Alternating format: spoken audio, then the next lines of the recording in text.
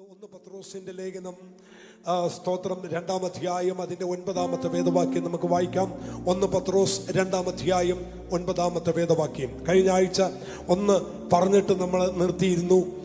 തുടർന്ന് നമ്മൾ അതിൽ നിന്ന് ചില കാര്യങ്ങൾ കൂടി നമ്മളൊന്ന് വായിക്കുകയാണ്. Price the Lord. നിങ്ങളോ അന്ധകാരത്തിൽ നിന്ന് തന്റെ അത്ഭുത പ്രകാശത്തിലേക്ക് നിങ്ങളെ വിളിച്ചവന്റെ സൽഗുണങ്ങളെ ഘോഷിക്കുവാൻ തക്കവണ്ണം തിരഞ്ഞെടുക്കപ്പെട്ട ഒരു ജാതിയും രാജകീയ പുരോഹിത വർഗവും വിശുദ്ധ വംശവും സ്വന്ത ജനവുമാകുന്നു. ഇതാണ് കഴിഞ്ഞ ആഴ്ച നമ്മൾ പത്രോസിന്റെ ലേഖനത്തിൽ നിന്ന് അല്പമായിട്ട് നമ്മൾ ചിന്തിക്കുകയും, അല്ലെങ്കിൽ ചിലർ എന്നെ നോക്കിയിട്ട് ചോദിക്കുക, വിശ്വാസം വിട്ട് കളഞ്ഞോ?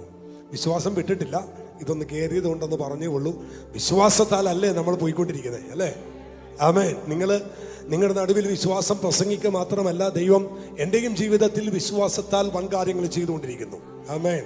കഴിഞ്ഞ 2 ദിവസം അമേരിക്ക കോൺസുലേറ്റിലെ അല്ലെങ്കിൽ ബയോമെട്രിയും ഇന്റർവ്യൂ ആയിരുന്നു. കർത്താവിന്റെ കൃപയാൽ USA വിസ അടിച്ച് കിട്ടി. Price the Lord. വന്നപ്പോൾ എല്ലാം കൂടി ഒരുമിച്ച് വന്നെന്ന് പറഞ്ഞ പോലെ അതിന്റെ പുറകെ കാനഡ വിസയും ദൈവം അടിച്ചു വന്നു. Price the Lord. അപ്പോൾ കഴിഞ്ഞ നാളുകളായിട്ട് പ്രാർത്ഥിച്ചുകൊണ്ടിരുന്ന വിഷയങ്ങളുടെ മേലൊക്കെ എനിക്കറിയാം നിങ്ങൾ ആരും പ്രാർത്ഥിച്ചിട്ടില്ലെന്ന്.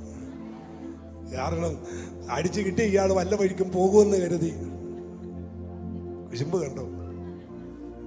ആമേൻ. പിന്നെ പുള്ളിയെ കിട്ടത്തില്ല, അതുകൊണ്ട് ഞങ്ങൾ പതുക്കെ ഇരുത്തിയേ പ്രാർത്ഥിക്കുന്നുള്ളൂ. എന്തായാലും നിങ്ങളുടെ മൗനമാണോ? എന്തായാലും അടിച്ചു. ആമേൻ. സ്തോത്രം. ദൈവം അനുഗ്രഹിക്കട്ടെ. പെട്ടെന്നൊന്നും പോകുന്നില്ല. സ്തോത്രം. അല്പം സമയമൊക്കെ എടുത്ത് ആമേൻ സാവധാനമേ പോകുന്നുള്ളൂ. കർത്താവ് നമ്മെ അനുഗ്രഹിക്കട്ടെ.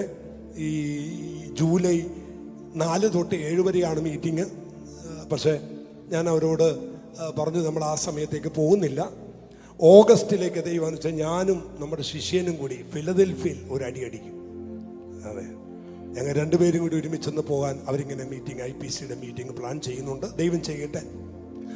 നമ്മൾ കഴിഞ്ഞ ആഴ്ച വായിച്ചു നിർത്തിയ വാക്യം ഇവിടെ വായിക്കുന്നു. നിങ്ങളോ അന്ധകാരത്തിൽ നിന്ന് തന്റെ അത്ഭുത പ്രകാശത്തിലേക്ക് നിങ്ങളെ വിളിച്ചവന്റെ സൽഗുണങ്ങളെ ഘോഷിപ്പാൻ തക്കവണ്ണം തിരഞ്ഞെടുക്കപ്പെട്ട ഒരു ജാതിയും രാജകീയ പുരോഹിത വർഗവും വിശുദ്ധ വംശവും സ്വന്ത ജനവും. ഞാൻ കഴിഞ്ഞ ആഴ്ച ഒന്നുകൂടി ആവർത്തിച്ച് പറയുന്നു. 4 പ്രത്യേക തരത്തിലെ അനുഭവങ്ങളെ ദൈവം നമുക്ക് നൽകി തന്നു. ഒന്ന്, ഒരു ജാതി, ഒരു രാജകീയ പുരോഹിത വർഗം, വിശുദ്ധ വംശം, പിന്നെ സ്വന്ത ജനം. അപ്പൊ നമ്മളെ വിളിച്ച് ദൈവം പുറത്തു കൊണ്ടുവന്നു. ആമേൻ. എവിടേക്കാ ദൈവം കൊണ്ടുവന്നേ? ഒരു അത്ഭുത പ്രകാശത്തിലേക്കാ ദൈവം നമ്മളെ കൊണ്ടുവന്നത്, അല്ലേ? എല്ലാവരും പറഞ്ഞ ഒരു അത്ഭുത പ്രകാശത്തിലേക്ക്. അപ്പൊ നിങ്ങളോ ആമേൻ എവിടെയായിരുന്നു എന്ന് ദൈവദാസൻ പറയുന്നു. നിങ്ങൾ അന്ധകാരത്തിലായിരുന്നു, ഇരുട്ടിലായിരുന്നു. ഒരല്ലി എന്ന് പറഞ്ഞേ. കൊളോസ്യ ലേഖനത്തിനകത്തൊരു വാക്യമുണ്ട്. ആ വാക്യം 1-ാം അധ്യായത്തിലാണ്. നിങ്ങളെ ഇരുട്ടിന്റെ അധികാരത്തിൽ നിന്ന് വിടുവിച്ച സ്നേഹ സ്വരൂപനായ ദൈവം. അപ്പൊ നമ്മൾ എവിടെയായിരുന്നു? ഇരുട്ടിലായിരുന്നു. ഇവിടെ നമ്മൾ അന്ധകാരത്തിലായിരുന്നു. അപ്പൊ ഇരുട്ടിലായിരുന്ന നമ്മെ ഇരുട്ടിന്റെ ശക്തികളിൽ നിന്ന് ദൈവം നമ്മെ എവിടേക്ക് കൊണ്ടുവന്നു? വെളിച്ചത്തിലേക്ക് കൊണ്ടുവന്നു. ആരായിരുന്നു ആ വെളിച്ചം? ഏത് വെളിച്ചത്തിലേക്കാ നമ്മളെ കൊണ്ടുവന്നത്? നമുക്കറിയാം, യേശുക്രിസ്തുവിന്റെ പ്രത്യേകമായ 7 അവകാശവാദങ്ങൾ വേദപുസ്തകത്തിലുണ്ട്. 7 അവകാശവാദങ്ങൾ. അതിൽ ഒന്ന്, ഞാൻ ആടുകളുടെ നല്ല ഇടയൻ, ഞാൻ വാതിലാകുന്നു. ഇങ്ങനെ പറയുന്ന അവകാശവാദങ്ങളിൽ യോഹന്നാൻ 8-ാം അധ്യായത്തിലെ ഏറ്റവും ആഴമായ ഒരു ശബ്ദമാണ്. യേശു പറഞ്ഞു, ഞാൻ ലോകത്തിന്റെ വെളിച്ചമാകും. ഞാൻ ലോകത്തിന്റെ വെളിച്ചമാകും. നിങ്ങളെ അന്ധകാരത്തിൽ നിന്ന് തന്റെ അത്ഭുത പ്രകാശത്തിലേക്ക്. അപ്പോഴേ നമ്മളെ ഇരുട്ടിൽ നിന്നും ഏത് പ്രകാശത്തിലേക്കാ ദൈവം നമ്മെ കൊണ്ടുവന്നത്? അത്ഭുത പ്രകാശം എന്ന് പറയുന്നത് വാസ്തവത്തിൽ മശിഹാ തമ്പുരാൻ തന്നെയാണ്. അതുകൊണ്ടാണ് യോഹന്നാന്റെ സുവിശേഷം 1-ാമത്തെ അധ്യായം അതിന്റെ 2-3 വാക്യങ്ങളിൽ ഇങ്ങനെ പറയുന്നു, അവൻ വെളിച്ചം ആയിരുന്നു. അവൻ വെളിച്ചം. 3-ാമത്തെ വാക്യം. അവൻ 3-ാമത്തെ വാക്യം, സകലവും അവൻ മുഖാന്തരം ഉളവായതൊന്നും അവനെ കൂടാതെ ഇല്ല. എന്നോട് ചേർന്ന് പറ, നിങ്ങളുടെ വചനം പറ. അവനിൽ ജീവൻ ഉണ്ടായിരുന്നു, ജീവൻ മനുഷ്യരുടെ, എല്ലാവരും ഒന്ന് പറഞ്ഞേ, ജീവൻ മനുഷ്യരുടെ വെളിച്ചമായിരുന്നു. വെളിച്ചം ഇരുളിൽ എന്ത് ചെയ്യുന്നു? ഇരുളോ അതിനെന്ത് ചെയ്യത്തില്ല. ഇരുട്ട് എത്ര വലുതാണെങ്കിലും വെളിച്ചത്തെ പിടിച്ചെടുക്കാൻ കഴിയത്തില്ല. ഇരുട്ടോ എത്ര പ്രബലമായാലും വെളിച്ചത്തിന്റെ മുമ്പിൽ ഇരുട്ട് മുട്ടുമടക്കിയേ പറ്റൂ. അതുകൊണ്ട് ഇന്ന് ദൈവത്തിന്റെ ആത്മാവ് പറയുന്നു, നിങ്ങളെ ദൈവം കൊണ്ടുവന്നത് ഇരുട്ടിൽ നിന്നും ഇരുട്ടിലേക്കല്ല, ഇരുട്ടിൽ നിന്ന് ദൈവം നിങ്ങളെ വെളിച്ചത്തിലേക്കാണ് കൊണ്ടുവന്നത്. ഞാനും നിങ്ങളും ഇന്ന് കാലിൽ ചവിട്ടി നിൽക്കുന്നത് ഇരുട്ടിന്റെ ശക്തിയുടെ നടുവിലല്ല, വെളിച്ചത്തിന്റെ നടുവിലാണ്. ഹല്ലേലൂയ. ആ ഉറപ്പുള്ള എത്ര ദൈവമക്കൾ ഇവിടെ ഉണ്ട്? കരമുയർത്തി ദൈവത്തെ സ്തുതിച്ചേ. എന്നെ നയിക്കുന്നതൊരു വെളിച്ചമാണ്, എന്നെ പുലർത്തുന്നതൊരു വെളിച്ചമാണ്. ഞാൻ ഇന്നായിരിക്കുന്നത് ഇരുട്ടിലല്ല നിൽക്കുന്നത്, ഞാൻ നിൽക്കുന്നത് വെളിച്ചത്തിന് നടുവിലാണ്. ആ വിശ്വാസമുള്ള ദൈവ കുഞ്ഞുങ്ങൾ കരം അടിച്ചൊന്ന് ദൈവത്തിന് നന്ദി പറഞ്ഞ്, ഞാനും എന്റെ കുടുംബവും നിൽക്കുന്നത് എവിടെയാണ്? ഇരുട്ടിലല്ല, ഇരുട്ടിലല്ല, ഞാൻ നിൽക്കുന്നത് വെളിച്ചത്തിന് നടുവിലാണ്. ആമേൻ. 91-ാം സങ്കീർത്തനം അതിന്റെ 6-7 വാക്യങ്ങളിൽ ഇവിടെ എങ്ങനെയുണ്ട്? ഇരുട്ടിൽ സഞ്ചരിക്കുന്ന മഹാമാരിയെ നിനക്ക് എന്ത് ചെയ്യാനില്ല, നിനക്ക് ഭയപ്പെടാനില്ല. എന്തുകൊണ്ട്? ഇരുട്ടിൽ സഞ്ചരിക്കുന്ന മഹാമാരിയെ നിനക്ക് ഭയപ്പെടാനില്ല. നിങ്ങൾ നിൽക്കുന്നത് വെളിച്ചത്തിലാണ് നിൽക്കുന്നത്. കരമുയർത്തി ദൈവത്തിന് നന്ദി പറ. ഞാൻ പറയുന്ന ഓരോ വചനങ്ങൾക്ക് നിങ്ങൾ ഒരു ആമേൻ പറഞ്ഞു വിടാമെങ്കിൽ അത് ജീവനായി നിങ്ങളുടെ മേൽ വ്യാപരിച്ചുകൊണ്ടിരിക്കും. ഹല്ലേലൂയ. ഞാൻ ഒന്നുകൂടി പറയുന്നു, നിങ്ങളെ വിളിച്ചു കൊണ്ടുവന്നത് ഇരുട്ടിലേക്കല്ല, നിങ്ങളെ വിളിച്ചോണ്ട് വന്നത് വെളിച്ചത്തിലേക്കാണ്. ഞാനും നിങ്ങളും കുടുംബമായി വസിക്കുന്നത് ഇരുട്ടിന്റെ ശക്തിയിലല്ല, പകരം വെളിച്ചത്തിന്റെ ശക്തിയിലാണ്. യെശയ്യാ പ്രവചനം 61-ാം വാക്യം ഇങ്ങനെ പറയുന്നു, എളിയവരോട് സദ്വർത്തമാനം ഘോഷിപ്പാൻ യഹോവയായ ദൈവം എന്നെ അഭിഷേകം ചെയ്തിരിക്കുന്നു, അവന്റെ ആത്മാവ് എന്റെ മേലിരിക്കുന്നു. അതുകൊണ്ട് ഇങ്ങനെ പറയുന്നു, ഹൃദയം നുറുങ്ങിയവർക്ക് അവൻ തകർന്നവരെ മുറിവ് കെട്ടുവാനും, തടവുകാർക്ക് വിടുതലും, ബദ്ധന്മാർക്ക് സ്വാതന്ത്ര്യം അറിയിപ്പാനും. എന്തിനാ കർത്താവിനെ വെളിച്ചത്തിലേക്ക് കൊണ്ടുവന്നത്? എനിക്കൊരു സ്വാതന്ത്ര്യം തരാനാണ്. എന്തിനാ എന്റെ ദൈവം വെളിച്ചത്തിലേക്ക് കൊണ്ടുവന്നത്? ഹൃദയം തകർന്നവന്റെ മുറിവ് കെട്ടാൻ വേണ്ടിയാണ്. എന്തിനാ എന്നെ അവൻ വെളിച്ചത്തിലേക്ക് കൊണ്ടുവന്നത്? എനിക്കൊരു വിടുതൽ തരാൻ വേണ്ടിയാണ്. എത്ര പേര് വിശ്വസിക്കുന്നുണ്ട്? വെളിച്ചത്തിലേക്ക് കൊണ്ടുവന്നത് പിന്നെയും ഇരുട്ടിലേക്ക് തള്ളാനല്ല, പകരം എനിക്കൊരു വിടുതൽ നൽകി തരാനാണ്. ഒരു വെളിച്ചത്തിലേക്ക് കൊണ്ടുവന്നത് എനിക്ക് സ്വാതന്ത്ര്യം തരാനാണ്. കരമടിച്ചു ദൈവത്തെ ഒന്ന് സ്തുതിച്ചേ. ഹല്ലേലൂയ. ദൈവം നമ്മളെ കൊണ്ടുവന്നത് വെളിച്ചത്തിലേക്കാണ്. എന്തിനു കൊണ്ടുവന്നു? ഒരു സ്വാതന്ത്ര്യം തരാൻ. എന്തിന്? ഹൃദയം തകർന്നവരെ മുറിവ് കെട്ടാൻ. എന്തിന്? ഒരു വിടുതൽ തരാൻ. ഇത്രയും കാര്യങ്ങൾക്ക് ആ ദൈവം നമ്മെ വെളിച്ചത്തിലേക്ക് എന്ത് ചെയ്തത്? കൊണ്ടുവന്നത്. ഒരു ഹല്ലേലൂയ എന്ന് പറയാമോ? അതുകൊണ്ട് വെളിച്ചത്തിലേക്ക് ദൈവം നിങ്ങളെ കൊണ്ടുവന്നത് കൊണ്ട് യെശയ്യാ 60:1 പറയുന്നു, എഴുന്നേറ്റ് പ്രകാശിക്കുക, നിന്റെ പ്രകാശം വന്നിരിക്കുന്നു. ഇതൊക്കെ വായിക്കാൻ നോക്കി നിൽക്കുന്നത് യെശയ്യാ 60:1 എന്നൊക്കെ പറയുമ്പോൾ ചാടി വീണ് ദൈവമക്കൾ വചനം പറയണം, ചുമ്മാ ഇരിക്കരുത്. ആമേൻ, സ്തോത്രം. ബൈബിൾ വായനയുടെ ഒരു ചെറിയ കുറവ് കാണുന്നുണ്ട് കേട്ടോ. ബൈബിൾ പാരായണത്തിൻ്റെ ഒരു ചെറിയ കുറവുണ്ട്. അവൻ കേൾക്കുന്നത് കൊണ്ട് മാത്രം, ഞായറാഴ്ചത്തെ വന്ന് വീഴുന്ന ഈ മെസ്സേജ് കൊണ്ട് മാത്രം നിങ്ങൾ തൃപ്തരാകരുത്. നല്ലതുപോലെ വചനം പഠിക്കാനും വായിക്കാനും സമയം കണ്ടെത്തണം. എത്ര സമയം വചനം വായിക്കാമോ അത്രയും സമയം വായിക്കണം. അവൻ എന്നും സങ്കീർത്തനം മാത്രം വായിക്കരുത്, തുടർമാനമായ ലേഖനങ്ങളും അവൻ ഒക്കെ വായിക്കണം. സ്തോത്രം. കരമുയർത്തി ദൈവത്തെ സ്തുതിച്ചേ. ആമേൻ, സ്തോത്രം. ഞങ്ങൾ ചില സ്ഥലത്ത് ചെന്ന് പ്രസംഗിക്കാൻ വേണ്ടി എഴുന്നേറ്റ് നിന്ന് റെഫറൻസ് പറയുമ്പോൾ തന്നെ ആളുകൾ, സഭക്കാരെല്ലാം കൂടി വചനം പറയാൻ തുടങ്ങും. അതൊരു സന്തോഷമാണ്. അതുകൊണ്ട് അറിയാവുന്നവർ മിണ്ടാതിരിക്കരുത്. സ്തോത്രം, മിണ്ടാതിരിക്കരുത്. നിങ്ങൾ ആമേൻ വചനം പറയുമ്പോൾ തന്നെ ചാടി വീണ് പറഞ്ഞേക്കണം. ആമേൻ. യെശയ്യാ 60:1 പറയുന്നു, ഹൃദയം എഴുന്നേറ്റ് പ്രകാശിക്കുക, നിന്റെ പ്രകാശം വന്നിരിക്കുന്നു. അപ്പൊ ദൈവം വചനം പറയാണ്, നമ്മളെ വെളിച്ചത്തിലേക്ക് ദൈവം കൊണ്ടുവന്നത് കൊണ്ട് ഇനി നമുക്ക് ഇരിക്കാൻ സമയമില്ല. എഴുന്നേറ്റ് പ്രകാശിക്കാനാ ദൈവത്തിന്റെ വചനം പറയുന്നത്. ഹല്ലേലൂയ. എഴുന്നേറ്റ് പ്രകാശിക്കുക. എന്തുകൊണ്ട്? വെളിച്ചം നമ്മുടെ മേൽ വന്നു. പക്ഷെ ഒരു കാര്യം കൂടി നിങ്ങൾ തിരിച്ചറിയണം, നമ്മുടെ മേൽ ഒരു വെളിച്ചം വരുമ്പോൾ മറ്റൊരു കൂട്ടർ കൂടി ഇവിടെ ഉണ്ട്. ആരാണ് ആ കൂട്ടർ? അടുത്ത വാക്യം. അന്ധകാരം ഭൂമിയെയും കൂരിരുട്ട് ജാതികളെയും മൂടുന്നു. മൂടുന്നു. കണ്ടോ, കൂരിരുട്ട് ആരെ മൂടുന്നു? ജാതികളെ. നിങ്ങൾ ആദ്യം വായിച്ച വാക്യം മറക്കരുത്. നിങ്ങളെയോ അന്ധകാരത്തിൽ നിന്ന് തന്റെ അത്ഭുത പ്രകാശത്തിലേക്ക് വിളിച്ചവന്റെ സൽഗുണങ്ങളെ ഘോഷിപ്പാൻ തിരഞ്ഞെടുക്കപ്പെട്ട ഒരു ജാതി. അപ്പൊ ഒരു ജാതിയെ വെളിച്ചത്തിലേക്ക് ദൈവം കൊണ്ടുവന്നപ്പോൾ മറ്റൊരു ജാതി കൂരിരുട്ടിലാണ്. ഹലോ, ദൂത് മനസ്സിലാവുന്നുണ്ടോ? നിങ്ങളും ഞാനും വെളിച്ചത്തിൽ വസിക്കുമ്പോൾ, ഞാനും നിങ്ങളും വെളിച്ചത്തിൽ ദൈവമാക്കി വെച്ചപ്പോൾ, ഒരു കൂട്ടം ജാതികൾ ഇരുട്ടിനകത്താണ്. വെളിച്ചത്തിലായ ദൈവമക്കൾ ദൈവത്തെ ശക്തിയോടൊന്ന് സ്തോത്രം ചെയ്ത്. ഇനി മറ്റൊരു കാര്യം കൂടി പറയാം. ഈ കൂരിരുട്ടിൽ കിടക്കുന്ന ജാതി വെളിച്ചത്തിലേക്ക് വന്ന ജാതി. വെളിച്ചത്തിൽ വന്നവരുടെ പ്രത്യേകത എന്താണെന്നറിയാമോ? വെളിച്ചത്തിനുള്ളതുപോലെ പകലിന്റെ മക്കളായി ജീവിക്കും. ആമേൻ. എന്ന് വെച്ചാൽ ഒരിക്കൽ ദാവീദ് പറഞ്ഞു, അവൻ എന്റെ ദീപത്തെ കത്തിക്കും, എന്റെ അന്ധകാരം ദൈവം പ്രകാശമാക്കും. പടക്കൂട്ടത്തിന്റെ നേരെ ഞാൻ എന്റെ ദൈവത്താൽ ഞാൻ മതിച്ചാടി കിടക്കും. അപ്പൊ എന്റെ അടുത്തിരിക്കുന്ന ആളെ എനിക്ക് കാണാൻ കഴിയുന്നത് എന്നിൽ വെളിച്ചം വരുമ്പോഴാണ്. ദൂത് മനസ്സിലായോ? അടുത്തിരിക്കുന്ന വ്യക്തിയെ എനിക്ക് നല്ലതുപോലെ അറിയാൻ കഴിയുന്നത് എന്നിൽ വെളിച്ചം വരുമ്പോഴാണ്. ഒരു സ്തോത്രം എന്ന് പറഞ്ഞേ. എന്നിലെ വെളിച്ചം നഷ്ടപ്പെട്ടാൽ അടുത്തിരിക്കുന്ന സഹോദരനായി കാണാൻ കഴിയത്തില്ല, സഹോദരിയെ കാണാൻ കഴിയത്തില്ല. എന്തുകൊണ്ടാണ്? ദൈവമക്കളുടെ ജീവിതത്തിൽ വ്യത്യാസം വരണം എന്ന് നമ്മൾ വാശി പിടിക്കുന്നത്. നമ്മൾ ഇരുട്ടിലല്ല നിൽക്കുന്നത്, നമ്മൾ വെളിച്ചത്തിലായതുകൊണ്ട് അടുത്ത് നിൽക്കുന്നവനെ കണ്ടേ പറ്റൂ, അടുത്ത് അവൻ നടക്കുന്നവനെ കണ്ടേ പറ്റൂ. അവനെ തിരിച്ചറിയാതെ നമുക്ക് പോകാൻ കഴിയത്തില്ല.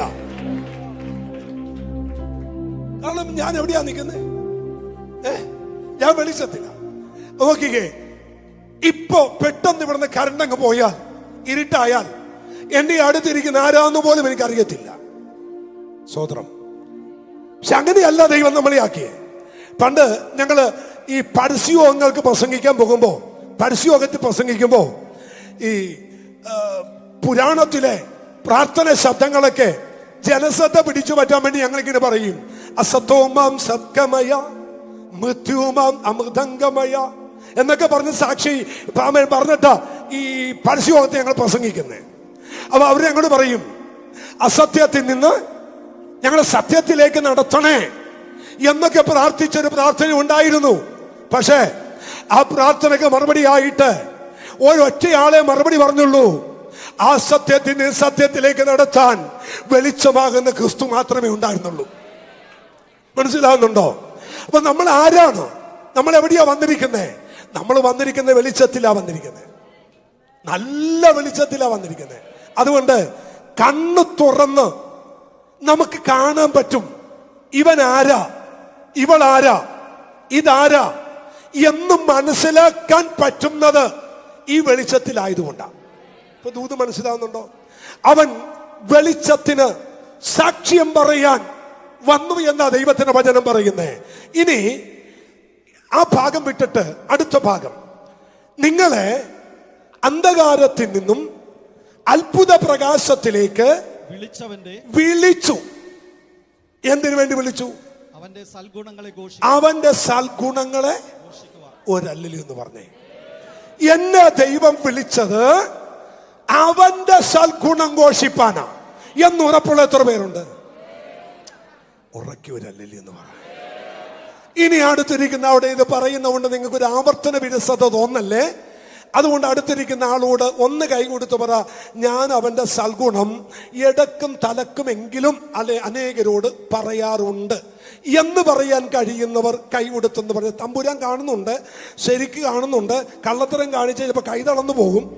അതുകൊണ്ട് സത്യമായിട്ട് ഞാൻ പറയുക, ഒരു കൈ പാരലൈസായി പോകും, കൈയില്ലാത്തവനായി പോകേണ്ട ഗതികേട് വരും. അതുകൊണ്ട് ആമേൻ, നല്ലതുപോലെ സത്യസന്ധമായിട്ട് പറ, എന്നെ സൽഗുണം ഘോഷിപ്പാനാ ദൈവം തെരഞ്ഞെടുത്തത്, അതുകൊണ്ട് എന്നാൽ ആവുന്നിടത്തോളം ഈ സൽഗുണം ഞാൻ ഘോഷിക്കുന്നുണ്ട് എന്ന് പറയാൻ കഴിയുന്നവരൊന്ന് കൈ കൊടുത്തേ.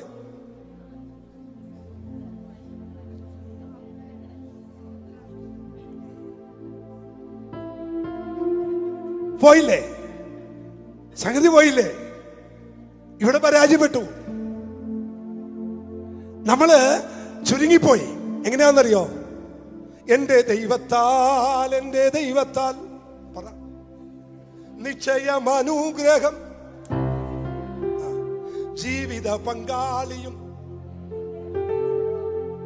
അത് വിട്ട് പുറത്തു വന്ന പരിപാടിയില്ല. പച്ച വെള്ളം ഒരുത്തനും കൊടുക്കത്തില്ല. ജീവിത പങ്കാളിയും എന്റെ മക്കളും പിന്നെ എന്റെ സമ്പത്തും. വേറെ ഒരുത്തന്റെ സമ്പത്ത് അനുഗ്രഹിക്കപ്പെടരുത്. എന്റെ സമ്പത്ത് മാത്രം എന്ത് ചെയ്യണം? പിന്നെ അടുത്ത വരി എന്താ? എന്നോട് എതിർക്കുന്ന നിന്നെ ശരിയാക്കുന്ന. ഞാൻ കണ്ടിട്ടുണ്ട് ആ പാട്ടൊക്കെ പാടുന്ന സമയത്ത് ആളുകളുടെ എക്സ്പ്രഷനൊക്കെ ഞങ്ങൾ അതുപോലെ എന്റെ ദൈവത്താൽ പാടുന്നവർ എന്നോട് എതിർക്കുന്ന കയ്യടി എന്നൊക്കെ പാടും. ഒന്നൊന്നര കൈ ശത്രുക്കളെല്ലാം നമുക്ക് ആ കയ്യടി കാണുമ്പോ അറിയാം അതിനെ നടുക്ക ശത്രു അരഞ്ഞു പോയെന്ന്. നമ്മുടെ എല്ലാം അങ്ങനെയാ. നമ്മളെല്ലാം അതിനകത്ത് ഒതുക്കി, പാട്ടിനകത്ത് ഒതുക്കി, വചനത്തിനകത്ത് ഒതുക്കി. ഒരു അല്ലലി എന്ന് പറ. സന്തോഷമുണ്ടോ? സന്തോഷമുണ്ടോ? ഉണ്ട്. അപ്പോ നമ്മളെ വിളിച്ചത് എന്തിനാ? അവന്റെ അടുത്തിരിക്കുന്നവരുടെ കൈ കൊടുത്ത് മുഖത്ത് നോക്കി അല്പം കടുപ്പിച്ച് പറയും, ഇനിയെങ്കിലും ആ സൽഗുണം ഒന്ന് ഘോഷിക്കണം.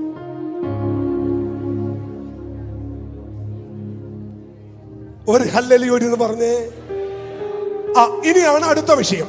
പഴയ നിയമത്തിലെ ഇസ്രായേൽ മക്കളെ ദൈവം തെരഞ്ഞെടുത്ത എന്തിനു വേണ്ടിയാ?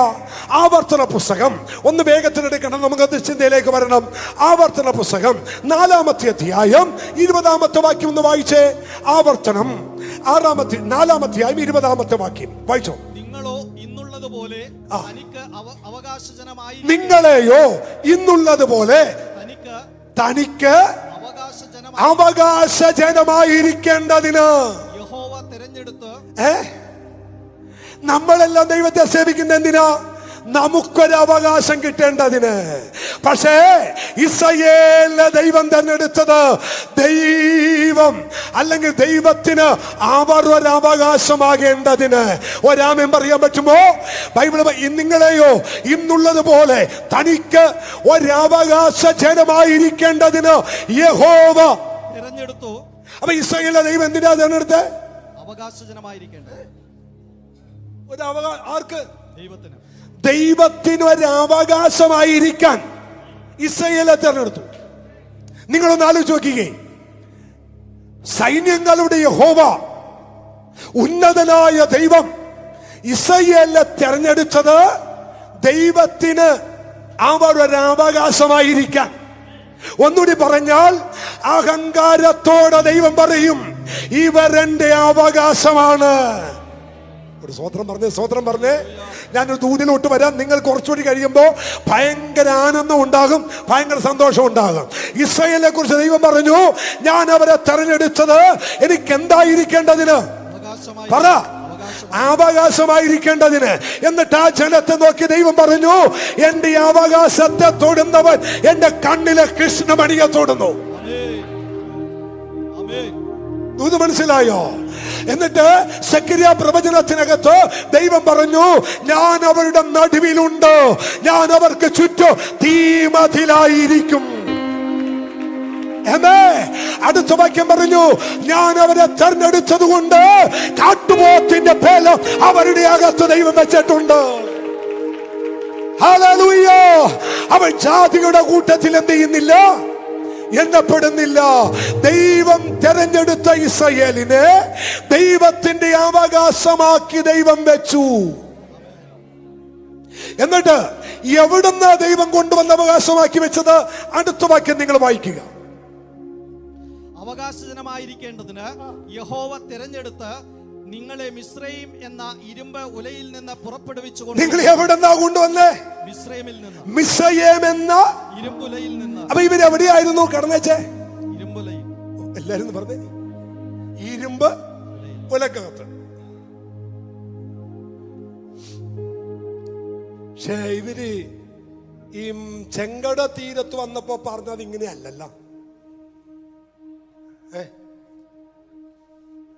ചെങ്കട തീരത്ത് വന്നപ്പോ ഇവരെന്നാ പറഞ്ഞേ?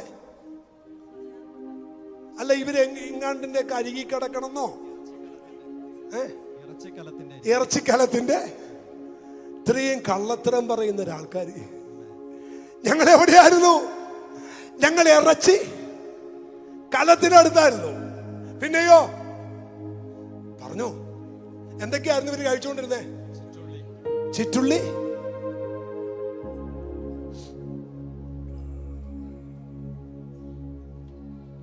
നിങ്ങൾ പറയാതെ ഇനി ഞാൻ പ്രസംഗിക്കത്തില്ല. അങ്ങനെ ഞാൻ മാത്രം പ്രസംഗിച്ചിട്ട് നിങ്ങൾ അങ്ങനെ നന്നാകണ്ട. പറ, എന്തൊക്കെയായിരുന്നു?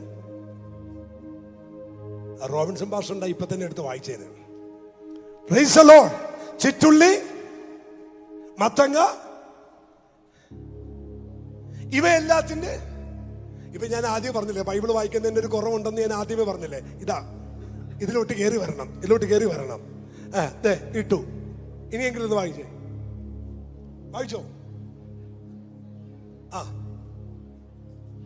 മാറ്റിക്കളയല്ലേ മോനെ, അത് തന്നെ ഇട്ടു. ആ, ആദ്യം ഇട്ടല്ലോ. ആ, വായിച്ചേ, വായിച്ചോ മാഷേ. ഇവിടെ ഇട്ടിട്ടുണ്ട്, ഞങ്ങൾ മിസ്രയീമിനെ വെച്ച് വില കൂടാതെ എന്നിട്ടുള്ള മത്സ്യം, വെള്ളരിക, മത്തങ്ങ, ഉള്ളി, ചുവന്നുള്ളി, ചിറ്റുള്ളി.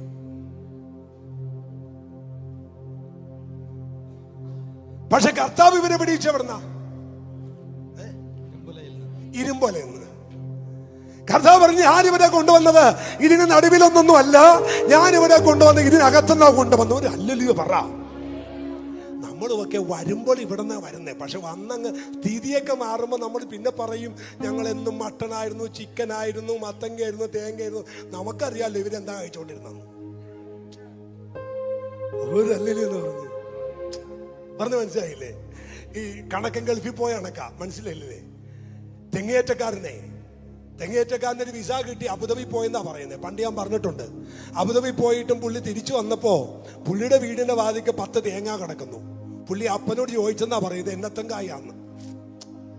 ഇത് എന്നത്തും കായാന്ന് ചോദിച്ചതുപോലെ പുള്ളി ഇതായിരുന്നു പരിപാടി, കയറ്റമായിരുന്നു പരിപാടി. പക്ഷെ ഇവിടുന്ന് കുറച്ച് അങ്ങോട്ട് ചെന്ന് കഴിഞ്ഞപ്പോ പുള്ളി തിരിച്ചു വന്നപ്പോ പുള്ളിക്ക് വാതിക്കെ കിടക്കുന്ന സാധനം എന്നാന്ന് പറ. ഒരു പിടുത്തവും ഇല്ല. ഇങ്ങനെയാ ദൈവമക്കളുടെ ഒക്കെ പരിപാടി.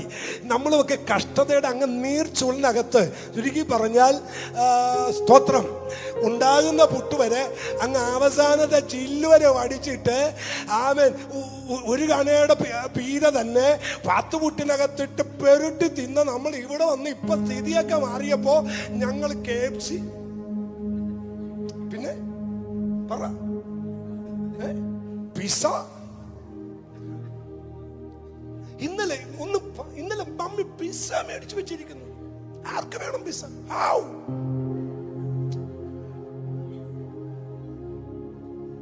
ഒരുത്തി എന്നോട് പറഞ്ഞതാ, അഡ്ജസ്റ്റ് ചെയ്യാൻ പറ്റുന്നില്ല, എന്നും അൽഫാം, എന്നും കഞ്ഞി മേടിച്ചു. കഞ്ഞി കുടിക്കാൻ പച്ചമുളകില്ലാഞ്ഞവളാ. ഞാൻ അങ്ങോട്ടൊന്ന് ഇറങ്ങി വരികയാണ്. ഇപ്പൊ സ്ഥിതിയൊക്കെ മാറി. ഇച്ചിരി കടിക്കാനും പുളിക്കാനും വലിക്കാനും ഒക്കെ കിട്ടിയപ്പോ, കുഞ്ഞെ ആള് കളിക്കല്ലേ, തമ്പുരനാടിച്ച് ഏണിയും പാമ്പും കളിക്കുന്ന പോലെ താഴെ കൊണ്ടുവരും.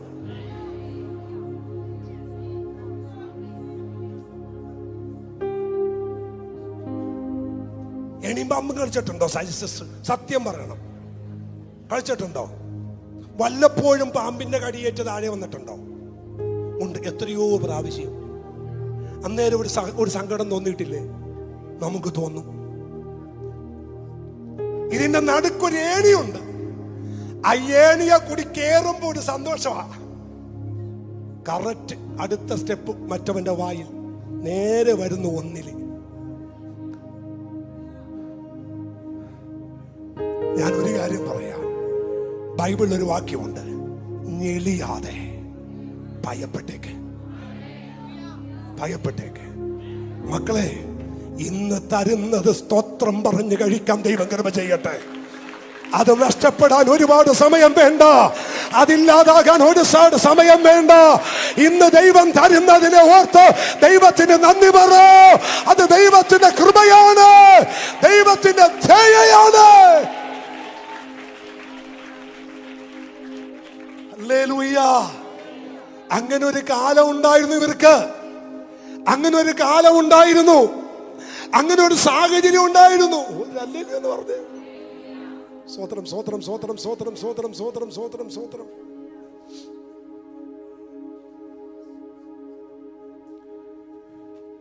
സൗജന്യ റേഷന് വേണ്ടി ക്യൂ നിന്നവരിലല്ലേ പലരും. റെഡ് ക്രോസിന്റെ കമ്പപ്പൊടിക്ക് വേണ്ടി സഞ്ചി കൊണ്ട് പോയി നിന്നവരല്ലേ നമ്മളിൽ പലരും. പക്ഷെ ഇന്ന് നമ്മൾ മാറിയല്ലേ. പക്ഷെ നിങ്ങൾ ഓർക്കണം, നിന്നെ അന്ധകാരത്തിൽ നിന്ന് ദൈവം കൊണ്ടുവന്നത് വെളിച്ചത്തിനകത്തേക്കാ. ഒരു സ്വോത്രം പറ, ഒരു സ്വോത്രം പറ, ഒരു ഹല്ലേലൂയ പറ. അവിടെ ദൈവം നമ്മെ കൊണ്ടുവന്നത്, ആ സാഹചര്യത്തിന് ദൈവം നമ്മെ കൂട്ടിവരുത്തിയത്. ഹല്ലേലൂയ. അവിടെ പറയാണ്, ഞാൻ അവരെ ഇരുമ്പുലക്കകത്തുനിന്ന് എന്റെ ജനമായി തെരഞ്ഞെടുത്തു. എന്റെ അവകാശമാകേണ്ടതിന് ദൈവം തെരഞ്ഞെടുത്തു. ദൈവമക്കളെ, ഇത്രയും വലിയൊരു മാന്യത തന്ന ദൈവത്തെ, ഇത്രയും വലിയ പദവി തന്ന ദൈവത്തെ കരമടിച്ചൊന്ന് ദൈവത്തെ സ്തുതിച്ച് ഹല്ലേലൂയ. ആമേൻ, ആമേൻ, ആമേൻ. ഞാൻ അടുത്തൊരു ഭാഗത്തോട്ട് വരുന്നു. നിങ്ങൾ എന്നോട് കൂടെ ഈ വചന പഠനത്തോടൊപ്പം ഒന്ന് വരണേ. 7-ാം അധ്യായം എടുത്ത് 7-ാം അധ്യായം 7-6 വായിച്ചേ. 7-ാം അധ്യായം 6-ാമത്തെ വാക്യം. ആവർത്തനം, ആവർത്തനം. നിന്റെ ദൈവമായ യഹോവയ്ക്ക് നീ ഒരു വിശുദ്ധ ജനമാണ്. നമ്മളെ ദൈവം എന്തിനാ മാഷ തെരഞ്ഞെടുത്ത്? വിശുദ്ധ ജനമാകാൻ. ആമേൻ. ഇരുമ്പുലക്കകത്തുനിന്ന്, ഇരുമ്പുലയുടെ സാഹചര്യത്തിൽ നിന്ന് ദൈവം നമ്മെ പുറത്തു കൊണ്ടുവന്നത്, ഇസ്രായേൽ ദൈവം പുറത്തു കൊണ്ടുവന്നത് ഒരൊറ്റ കാര്യത്തിന്, നീ എനിക്ക് ഒരു വിശുദ്ധ ജനമായിരിക്കേണ്ടതിന്. മക്കളെ, ദൈവം നമ്മെ തെരഞ്ഞെടുത്തത് ആരാകാനാ? എല്ലാരും ഉറക്കി പറഞ്ഞേ, വിശുദ്ധ ജനമാകാനാ. ഞങ്ങൾക്കാർക്കും നിങ്ങളോട് ഒരു വഴക്കുമില്ല. നിങ്ങളോട് ഞങ്ങൾ വഴക്കുണ്ടാക്കാൻ നിങ്ങൾ ഞങ്ങളോടൊന്നും ചെയ്തിട്ടില്ലല്ലോ. നമ്മൾ തമ്മിൽ യാതൊരു പിണക്കവും ഇല്ലല്ലോ. പിന്നെയും ഞങ്ങളിടയ്ക്ക് നിങ്ങളെ തർജ്ജനം ചെയ്യുന്നതും ശാസിക്കുന്നതിന്റെയും കാരണം എന്താന്ന് ചോദിച്ചാൽ, നമ്മളെ ദൈവം തെരഞ്ഞെടുത്തത് യഹോവയ്ക്കൊരു വിശുദ്ധ ജനമാകേണ്ടതിനാണ്. ഒരാമേൻ എന്ന് പറ. അത് ആ പദ്ധതി ദൈവം വിട്ടുകളഞ്ഞിട്ടില്ല, ആ ചിന്ത ദൈവം വിട്ടുകളഞ്ഞിട്ടില്ല. ദൈവം പറയുന്നു, ഞാൻ എന്തിനാ നിങ്ങളെ തെരഞ്ഞെടുത്തത്? ഭൂതലത്തിലുള്ള സകല ജാതികളിൽ വെച്ച് നിന്നെ തനിക്ക് സ്വന്തം ജനമായിരിക്കേണ്ടതിന് നിന്റെ ദൈവമായ യഹോവ തെരഞ്ഞെടുത്തിരിക്കുന്നു. ദൈവത്തിന് ആരാകേണ്ടതിന്? പറ. ജനമാകേണ്ടത്. നമ്മളെ അടുത്തിരിക്കുന്ന ആളോട് പറ, നാം ദൈവത്തിന് സ്വന്തമാന്ന് പറ. എന്ന് പറഞ്ഞ്, നാം ദൈവത്തിന്റെ സ്വന്തമാ, നാം ദൈവത്തിന്റെ സ്വന്തം ജനമാ. സ്വന്തം ജനമാകേണ്ടതിന് അവൻ നമ്മെ തെരഞ്ഞെടുത്തു. ആരായിരിക്കണം? 1-ാം വാക്യം, നാം വിശുദ്ധ. ദൈവം തെരഞ്ഞെടുത്ത എല്ലാവരും ദൈവസന്നിധിയിൽ എങ്ങനെയുള്ളവരായിരിക്കണം? വിശുദ്ധരായിരിക്കണം. ഞാൻ സ്തോത്രം, ഞാൻ ചെന്നൈ ചെന്ന സമയത്ത് ചെന്നൈ ട്രാവിസയുടെ അവിടെ ഈ പേപ്പർ ചെക്ക് ചെയ്യാൻ വേണ്ടി കയറി ചെന്ന് 10 മണിക്ക് ഞാൻ ഓഫീസിലെത്തി അവിടെ ഇരിക്കുന്ന സമയത്ത് ഒരു മേഡമുണ്ട്. മാഡത്തിനോട് ഞാനിങ്ങനെ എൻ്റെ പേപ്പർ എല്ലാം മേശപ്പുറത്ത് കൊണ്ടു കൊടുക്കുമ്പോൾ ഒരാൾ വന്ന് എൻ്റെ പുറകിൽ തട്ടി, ബിജുപാസ് അല്ലേ ചെന്നൈയിൽ? ഞാൻ പറഞ്ഞ അതെ. ബിജുപാസേ, ഞങ്ങൾ എല്ലാ ദിവസവും എല്ലാ ഞായറാഴ്ചയും നിങ്ങളുടെ മീറ്റിംഗ് കൂടുന്നുണ്ട്. സോണി എന്ന പേര് അവനറിയാം, ലോഡ്സിന് അറിയാം. സോണി എന്ന പേര്. ആ ഓഫീസിൽ വർക്ക് ചെയ്യുന്നത് സോണിയ. സോണി പറഞ്ഞു, ഞാൻ അഞ്ചലുകാരനാണ്. നമ്മുടെ ലൈവ്, അവരുടെ ആരാധന കഴിഞ്ഞാൽ നമ്മുടെ ലൈവ് മീറ്റിംഗാണ് കൂടുന്നത്. ഇന്നും ലൈവിലുണ്ട്. സോണി പറഞ്ഞു, ഞാൻ എല്ലാ ഞായറാഴ്ച മീറ്റിങ്ങിന് കയറും. ഞാൻ പറഞ്ഞു, സന്തോഷം. ലെസ്റ്റർ എൻ്റെ കൂടെയുണ്ട്. അപ്പൊ പുള്ളി പറയാ, ഞങ്ങൾക്ക് ഇഷ്ടം എന്നാ പാഷേ, എന്നും അനുഗ്രഹവും എന്നും വിടുതലും മാത്രമല്ല, പാസ്റ്റർ നല്ല ഉപദേശം കൊടുക്കുന്നത് കേൾക്കുമ്പോ ഞങ്ങൾക്ക് കൂടി സന്തോഷമാണ്. മനസ്സിലായ? നല്ല ഉപദേശം, ഇടയ്ക്കിടയ്ക്ക് നല്ല തർജ്ജനം, നല്ല കാര്യങ്ങൾ അവർക്ക് കൊടുക്കുന്നത് കൊണ്ട് ഇത് കേൾക്കുമ്പോൾ ഞങ്ങൾക്കും ക്രമീകരിക്കാൻ പറ്റുന്നുണ്ട്. പക്ഷേ അത് നിർത്തിക്കളയല്ലേ, ഞങ്ങൾക്കതൊരു അനുഗ്രഹമാ. ഈ 2 ദിവസം മുമ്പ് അവൻ ചെന്നൈയിൽ വെച്ച് കേട്ട ഒരു മെസ്സേജാണ് ഞാൻ ദൈവസഭയോട് പറഞ്ഞത്. അനുഗ്രഹത്തിന് മെസ്സേജ് നിങ്ങൾക്ക് എവിടെ പോയാലും കേൾക്കാം. നിന്റെ വാലല്ല തലയാക്കുന്നുള്ളത് നിനക്ക് എവിടെ ചെന്നാലും കേൾക്കാം. പക്ഷെ ഇത് കേൾക്കത്തില്ല. അതിനെ ഇവിടെ ദൈവം കൊണ്ടുവന്നത്. ദൈവത്തിന് ആത്മ പറയുന്നു, നീ ദൈവത്തിന് സ്വന്തം ജനമാണ്. സ്വന്തം ജനത്തിന് പ്രത്യേകത, സ്വന്തം ജനം ദൈവത്തിന് വിശുദ്ധമായിരിക്കണം. ഹല്ലേലൂയ. ഇത് പറയാൻ കേൾക്കാനാ ദൈവം നിങ്ങളെ കൊണ്ടുവന്നത്. ഇതൊരു പക്ഷേ ആരും പറഞ്ഞെന്നിരിക്കത്തില്ല കേട്ടോ. കാരണം വിചാരിച്ച ദൈവത്തെ ഒന്ന് സ്തുതിച്ചേ. ദൈവം പറയുന്നു നിങ്ങൾ ആരായിരിക്കണം? വിശുദ്ധ ജനം. അപ്പൊ ദൈവം നമ്മൾ ഈ അന്ധകാരത്തിൽ നിന്ന് അത്ഭുത പ്രകാശത്തിലേക്ക് എന്തിനാ കൊണ്ടുവന്നേ? സഭ ഒരുമിച്ചെന്ന് പറഞ്ഞേ, വിശുദ്ധ ജനമാകാൻ. കർത്താവ് തൻ ഗംഭീരനാദത്തോടും പ്രധാന ദൈവദൂതന്റെ കാഹള ശബ്ദത്തോടും കൂടെ സ്വർഗത്തിൽ നിന്ന് ഇറങ്ങി വരുന്നത് ഒരു കൂട്ടം അശുദ്ധന്മാരെ കൊണ്ടുപോകാനല്ല, ഒരു കൂട്ടം വിശുദ്ധന്മാരെ കൊണ്ടുപോകാനാ. ഹല്ലേലൂയ. അശുദ്ധരെ ദൈവം കൊണ്ടുപോവില്ല.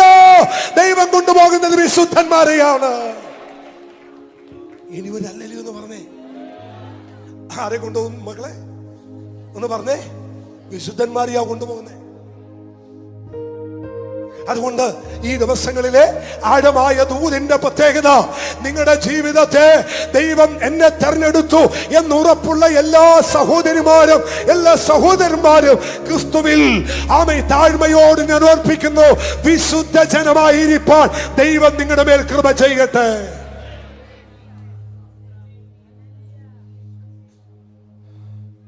കൃപയാലല്ലോ നാം വിശ്വാസം മൂലം, കൃപയാലല്ലോ. അതൊരു പ്രവൃത്തി കാരണമല്ല. നാം രക്ഷിക്കപ്പെട്ടത് കൃപയാൽ, നാം യേശുവിനെ അറിഞ്ഞത് കൃപയാൽ, ഇതിനകത്ത് വന്നത് കൃപയാൽ, രക്ഷ അനുഭവിച്ചത് കൃപയാൽ. അതിന് പ്രവൃത്തി കാരണമല്ല. പക്ഷെ കൃപയാൽ രക്ഷിക്കപ്പെട്ട ദൈവജനം സ്വന്തം ജനമായി ദൈവം നമ്മെ മാറ്റിയപ്പോൾ ദൈവം നമ്മോട് ആവശ്യപ്പെടുന്നത്, നിങ്ങൾ എനിക്ക് വിശുദ്ധ ജനമായിരിക്കണം. കൈവിടപ്പെട്ടു പോവരുത്. അടുത്തിരിക്കുന്ന ആളോട് മുഖത്ത് നോക്കി കൈവിടുത്ത് പറ, കൈവിടപ്പെട്ടു പോവരുത്.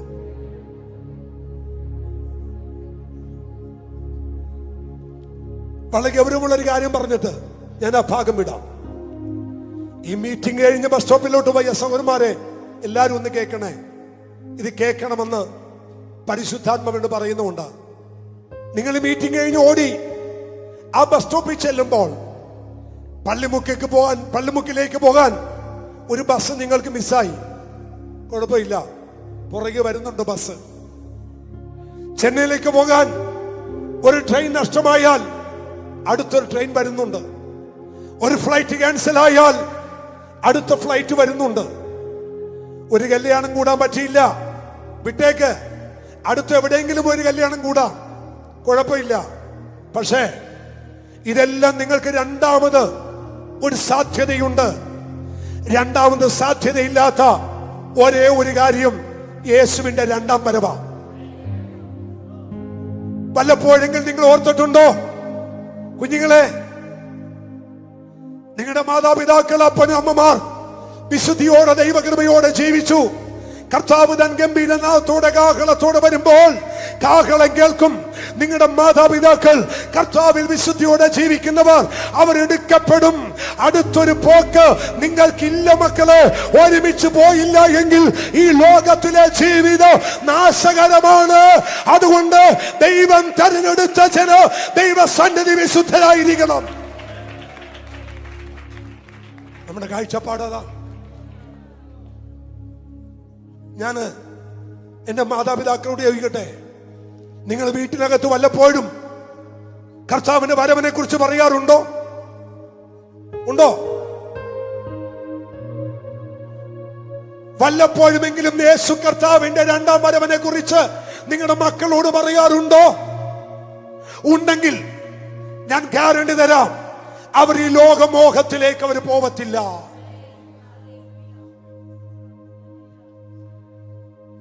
മോനെ, ഈ രക്ഷിക്കപ്പെടുന്നതിന് തന്നെ ഒരുപാട് വ്യത്യാസമുണ്ട്.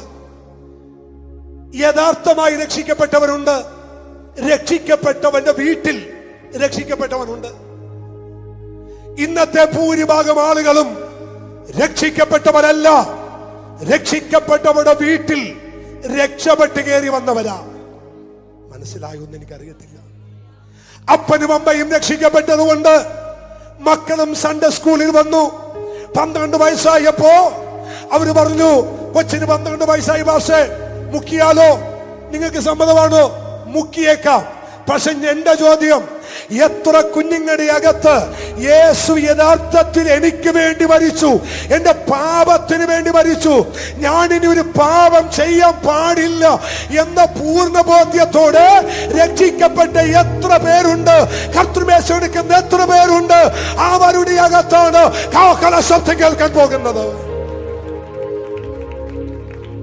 തിരിച്ചറിയണം, തിരിച്ചറിയണം. ഞാൻ രക്ഷിക്കപ്പെട്ടൊരു സന്ദർഭം ഞാൻ പറയാം. ഇത് ലൈവ് ആയതുകൊണ്ടും പൊതു മീറ്റിംഗ് ആയതുകൊണ്ടും ഞാനിത് പബ്ലിക്ക് പറയുന്നില്ല. ഞാൻ ഒറ്റ കാര്യം പറയാം.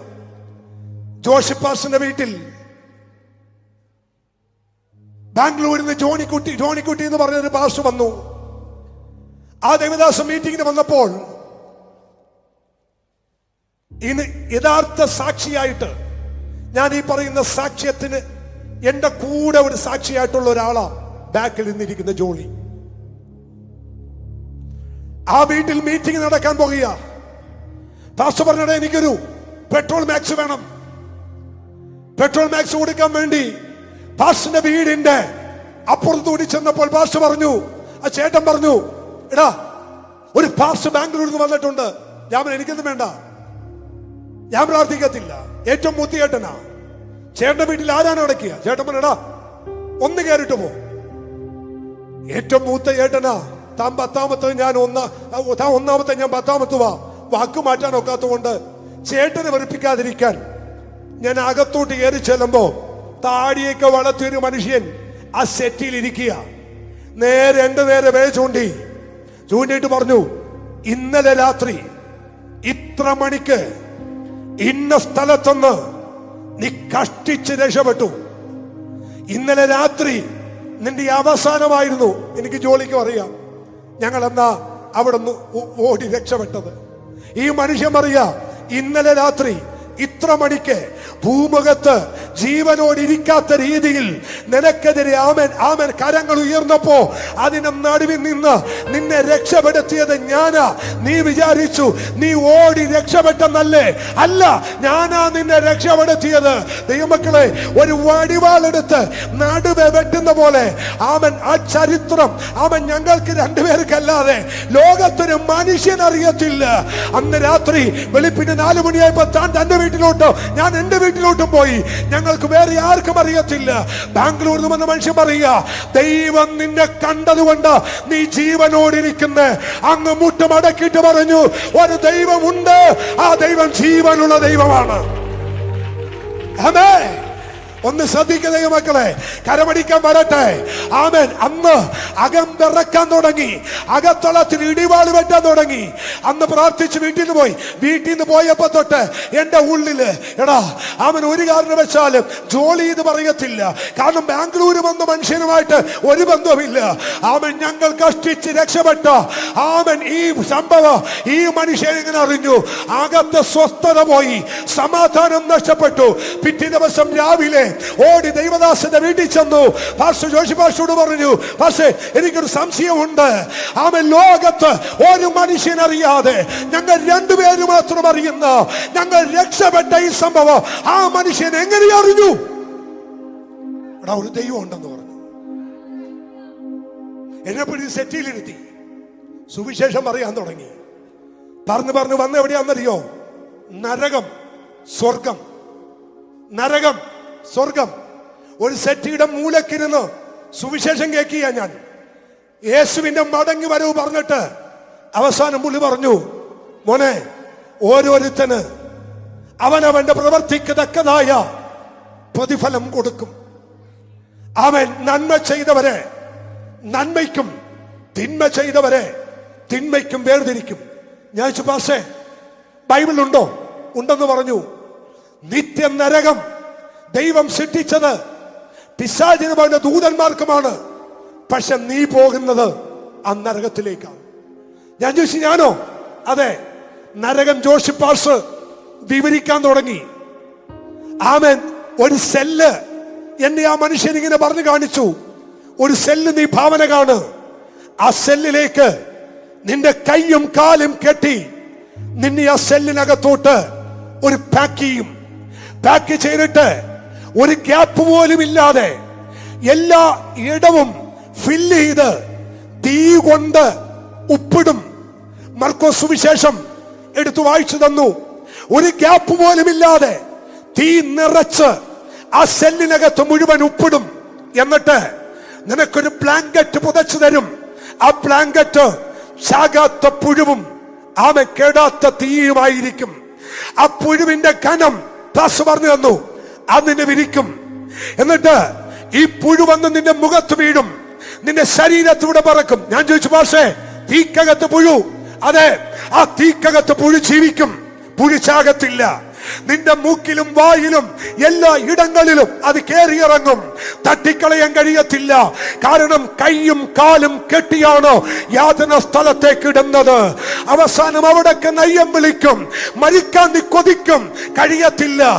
ഇത് കേട്ടതും ദൂരത്തിരുന്ന് ഞാൻ അറിയാതെ ഓടി പാസ്റ്ററിന്റെ അടുത്ത് വന്നിട്ട് പറഞ്ഞു, പാസ്റ്റേ ആദ്യമായിട്ട് ആ ജീവിതത്തിൽ കേൾക്കുന്നേ നരകത്തിന്റെ യാതന എനിക്ക് വേണ്ട, എനിക്ക് അവിടെ പോകണ്ട, എനിക്ക് ഇഷ്ടമില്ല. കാരണം എനിക്ക് നിത്യത പോകണം. ഞാൻ എന്താ ചെയ്യണ്ടേ? പാർശ്വപാതിക്ക് ശാന്തമായി എഴുന്നേറ്റ് എന്റെ പുറത്ത് തട്ടിയിട്ട് പറഞ്ഞു, അതിന് നീ ഒന്നും ചെയ്യണ്ട. യേശുവിനെ രക്ഷകനും കർത്താവായി ഹൃദയത്തിൽ സ്വീകരിച്ച മതി. നിങ്ങൾക്ക് കേൾക്കണോ? മുട്ട നിന്ന് വാവിട്ട് കരഞ്ഞ് പൊട്ടിക്കരഞ്ഞ ഞാൻ യേശുവിനെ സ്വീകരിച്ചത്, അല്ലാതെ അട്ടഹസിച്ചോ ചീരിച്ചോ ആർത്തുമല്ല യേശുവിനെ സ്വീകരിച്ചത്. ഇപ്പൊ സുവിശേഷം നടക്കുന്നുണ്ട്. ഇപ്പൊ ജനം രക്ഷിക്കപ്പെടുന്നുണ്ട്. രക്ഷിക്കപ്പെടാൻ മുന്നോട്ട് വന്ന് നിൽക്കും. എന്നിട്ട് പായാലും ചവിട്ടി റായും വരച്ച് ചിരിച്ച് കളിച്ച് ആമൻ അലസ്യമായിട്ട് നിന്ന് രക്ഷിക്കപ്പെടുന്ന ഒരു കാലഘട്ടം കണ്ടുകൊണ്ടിരിക്കുക. അത് രക്ഷയല്ല. യഥാർത്ഥ രക്ഷ പൊട്ടിക്കരഞ്ഞു യേശുവിനെ സ്വീകരിക്കണം. അതാ യഥാർത്ഥ രക്ഷ.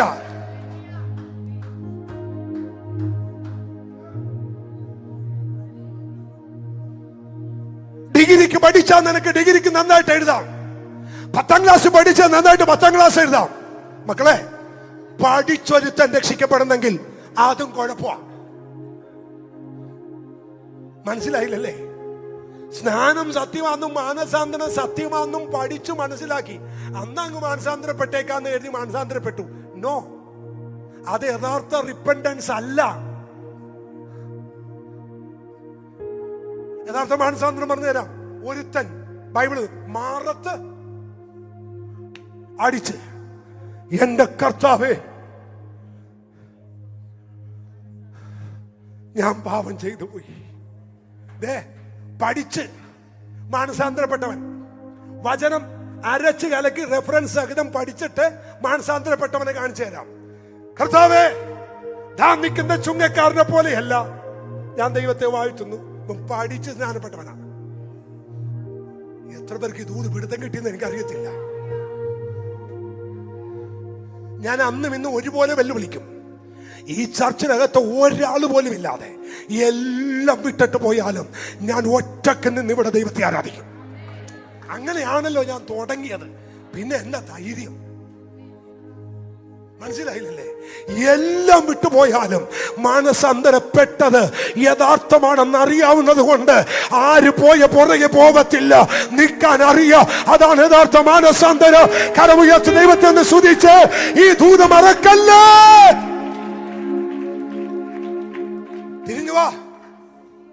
തിരിഞ്ഞു വാ. ആമേൻ. ഒരു ഹല്ലേലൂയ പറ. ഒരു പയ്യനെ കാണിച്ചു തരട്ടെ. അപ്പനാണെന്നറിയാം, ഞാൻ മകനാണെന്നും അറിയാം. പക്ഷെ നഷ്ടം വന്നപ്പോ അവനോട് തന്നെ പറഞ്ഞു, ഞാൻ സ്വർഗത്തോടും അപ്പനോടും പാപം ചെയ്തു. അവൻ അവിടെ ഇരുന്ന്, മക്കളെ, അവൻ അവിടെ ഇരുന്ന് പറഞ്ഞു, ഞാൻ തിരിച്ചു ചെല്ലും, ഞാൻ മടങ്ങി ചെല്ലും. എന്നിട്ട് ഞാൻ എൻ്റെ അപ്പനോട് പറയും, അപ്പാ, ഇനി ഞാൻ നിന്റെ മകൻ എന്ന് പറയാൻ യോഗ്യനല്ല. അങ്ങയുടെ കൂലിക്കാരിൽ ഒരാളായി എന്നെ ഒന്ന് കണ്ടാലോ, ഇനി ഞാൻ മകനല്ല. അത് വായിക്കുമ്പോ നമ്മുടെ ബൾബ് കത്തുന്ന എന്താണെന്നറിയോ? ഇവൻ ചെന്നിട്ട് പ്രാക്ടീസ് ചെയ്തു. ഞാൻ ചെല്ലും, അപ്പന്ന് വിളിക്കും, പറയും. ഇത് കഴിഞ്ഞ് മടങ്ങി ചെന്നപ്പോ അപ്പനോടി വന്നിട്ട് അവിടെ പറയാണ്, മോതിരം ഇടിച്ചു, ചെരിപ്പിടിച്ചു, വസ്ത്രം ധരിപ്പിച്ചു. ഉടനെ പറയാണ്, ഇവന് വേണ്ടി കാളക്കുട്ടി ഇറക്കുക. ദൈവമക്കളെ, മാനസാന്തരം എന്ന് പറയുന്നത് വേദപുസ്തകത്തിൽ പ്രധാനപ്പെട്ടതാണ് കേട്ടോ. ഞാനൊരു കാര്യം പറയാ, 10,000 മാനസാന്തരപ്പെടാത്ത ഒരു മെഗാ ചർച്ചിനേക്കാൾ മാനസാന്തരമുള്ള 10 വിശ്വാസിയുടെ ചർച്ച് ദൈവസേന അനുഗ്രഹമാ. ദൈവമക്കളെ, കരമുയർത്തി ഒരു ഹല്ലേലൂയ പറ, ശബ്ദമുയർത്തി ദൈവത്തെ ഒന്ന് സ്തുതിച്ച്.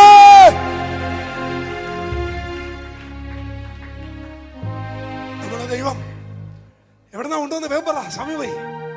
നിങ്ങളോ അന്ധകാരത്തിൽ നിന്ന് അത്ഭുത പ്രകാശത്തിലേക്ക് നിങ്ങളെ വിളിച്ചവന്റെ നമ്മൾ എന്തിനാ വിളിച്ചേ? ദൈവമക്കളെ, വിശുദ്ധ ജനമായിട്ട് നമ്മളവൻ എന്തിനാ തെരഞ്ഞെടുത്തേ? വിശുദ്ധ ജനമായിട്ട്. സ്വന്തത്തിലേക്ക് ദൈവം നമ്മെ കൊണ്ടുവന്നത്, സ്വന്തം ജനമാക്കിയത് നമ്മൾ ആരാകണം? നിങ്ങൾക്കിപ്പോ ഇത്രയും ബോധ്യമായോ? ഒറ്റ പർപ്പസ് ദൈവത്തിനുള്ളൂ, നമ്മൾ അവന്റെ ആരാ? കർത്താവ് പറഞ്ഞു, ഞാൻ നിങ്ങളുടെ പാളയത്തിൽ കൂടി കടക്കുമ്പോൾ അശുദ്ധി നിങ്ങളുടെ പാളയത്തിൽ കാണരുത്. ദൈവം കടന്നു പോകുമ്പോൾ നമ്മുടെ പാളയത്തിൽ എന്ത് പാടില്ല? നമ്മുടെ പാളയത്തിൽ അശുദ്ധി പാടില്ല. പാളയത്തിൽ അശുദ്ധി പാടില്ല. ഒരു ഹല്ലേലൂയ എന്ന് പറഞ്ഞേ. എക്സ് മിലിറ്ററി ആയൊരു മനുഷ്യൻ വിശ്വാസത്തിൽ വന്നു, രക്ഷിക്കപ്പെട്ടു, സ്നാനപ്പെട്ടു, അഭിഷേകം പ്രാപിച്ചു. വീട്ടിനകത്തൊരു പ്രശ്നമായി, പ്രശ്നം മാറുന്നില്ല, പ്രശ്നങ്ങൾ പഴുത്തു.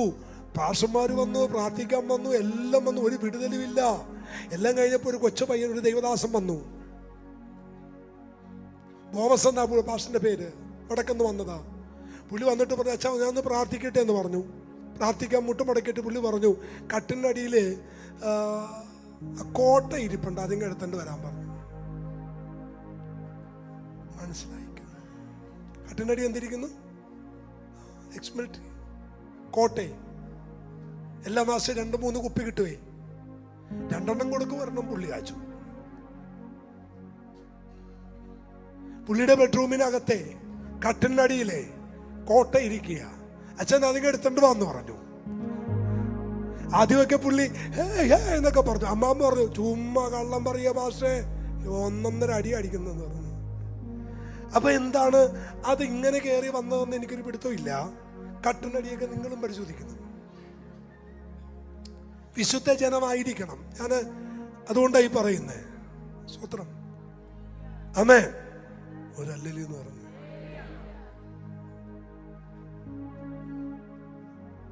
പണ്ടാണ്ട് പറഞ്ഞൊരു വീട്ടിൽ ചെന്നപ്പോ ആ വീട്ടിൽ വേറെ ഒരു കറിയും വെക്കത്തില്ല, സലാഡ് മാത്രമേ കറി വെക്കത്തുള്ളൂ എന്നാ പറഞ്ഞത്. എന്താണ്? സലാഡ് മാത്രം. ആ വീട്ടിലെ മോന് സലാഡ് മാത്രം. അമ്മ പറഞ്ഞു, എൻ്റെ മോനെ പോലെ സിമ്പിളായ ഒരു മോൻ ഉലകത്ത് വരെ ഇല്ല, അവൻ എന്നും സലാഡ് മതി എന്നാ പറയുന്നത്. എന്താ കാര്യം എന്നറിയോ? സലാഡിനകത്ത് എണ്ണക്ക് പകരം മറ്റേ സാധനമാ ചേർത്തിരിക്കുന്നത്. ഉപ്പി താണ്ടി ഒഴിച്ചിട്ടാ സലാഡ് ഉണ്ടാക്കിയിരിക്കുന്നത്. ഇവ സലാഡ് കൂട്ടത്തുള്ളൂ. അമ്മ പറയണേ, എൻ്റെ മകനെ പോലെ താഴ്മയുള്ള സലാഡ് മതിയെന്ന്. അവന് സലാഡിനകത്തിട്ട് അടിക്കുന്നത് മറ്റേ സാധനമാണ്. അപ്പൊ എന്തോ ഒരു ദൂത് കറങ്ങിത്തിരിഞ്ഞ് വരുന്നുണ്ടല്ലോ, ചീഞ്ഞു നാറുന്നൊരു ദൂത്.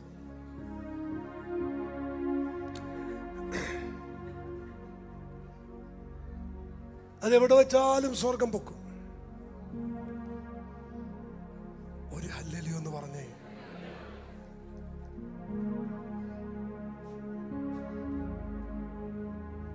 അപ്പോ കർത്താവ് പറഞ്ഞു, ഞാൻ ഇറങ്ങി വരുമ്പോ നിങ്ങളുടെ പാളയത്തിൽ എന്ത് കാണരുത്? അശുദ്ധി. ഇനി ഒരു വാക്യം ഒന്ന് വായിച്ചാൽ കൊള്ളാം. ഈ കർത്താവെ ഒന്ന് ശ്രദ്ധിച്ച മക്കൾ, ഇപ്പൊ നിർത്താം കേട്ടോ, ഇപ്പൊ വിട്ടേക്കാം. കർത്താവ് പറഞ്ഞു മോശയോട്, മോശേ ഞാൻ പർവ്വതത്തിൽ ഇറങ്ങും.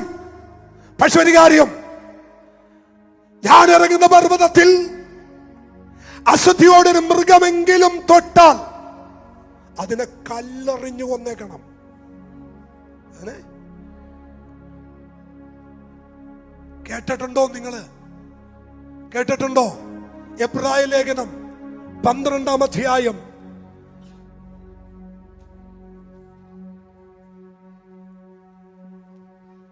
അതിന്റെ 19-ാമത്തെ വാക്യം, 20-ാമത്തെ വാക്യം. ഒരു മൃഗമെങ്കിലും പർവ്വതത്തെ തൊട്ടാൽ അതിനെ കല്ലെറിഞ്ഞു കൊല്ലേണമെന്നുള്ള കൽപ്പന അവർക്ക് സഹിച്ചുകൂടാ. പഴയ നിയമത്തിൽ ദൈവം അവകാശമായി തെരഞ്ഞെടുത്ത ജനത്തോട് ദൈവം പറഞ്ഞു, ദൈവഹിതമല്ലാതെ, വിശുദ്ധിയല്ലാതെ, ദൈവവചനമല്ലാതെ ഒരു മൃഗമെങ്കിലും പർവ്വതത്തെ തൊട്ടാൽ അതിനെ എന്ത് ചെയ്തേക്കണം? ഒരു ദാക്ഷിണ്യം വേണ്ട.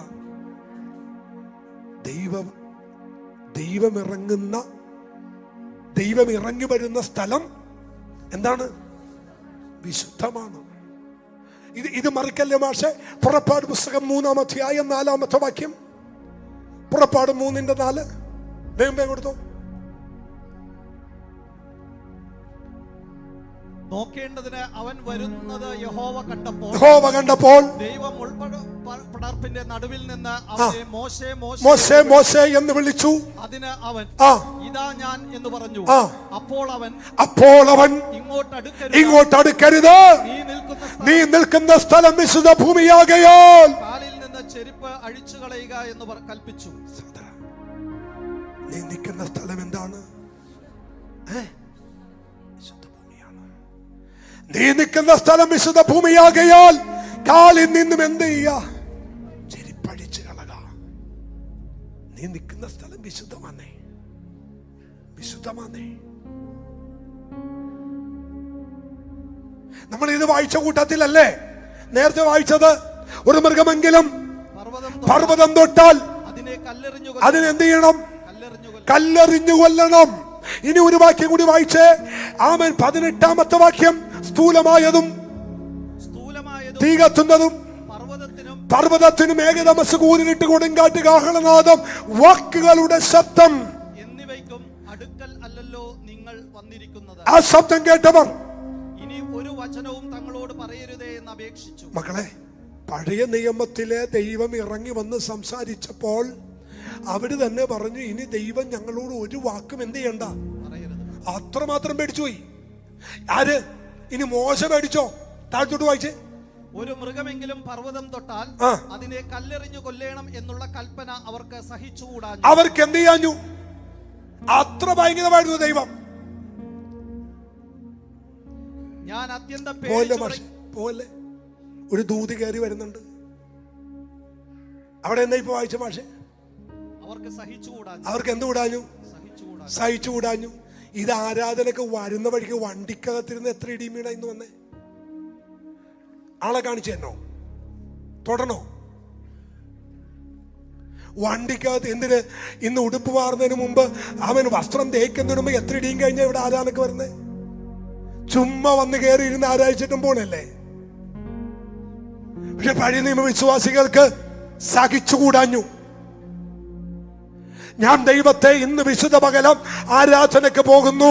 അതുകൊണ്ട് ഞാനും എൻ്റെ കുടുംബവും വിശുദ്ധിയോടെ, ക്രമീകരണത്തോടെ ഏറ്റുപറയേണ്ടത് ഏറ്റുപറഞ്ഞ്, ക്ഷമ പറയേണ്ടത് ക്ഷമ പറഞ്ഞ് ആണോ ഇന്ന് പകൽ ഇതിനകത്ത് ആരാധനക്ക് വന്നത്?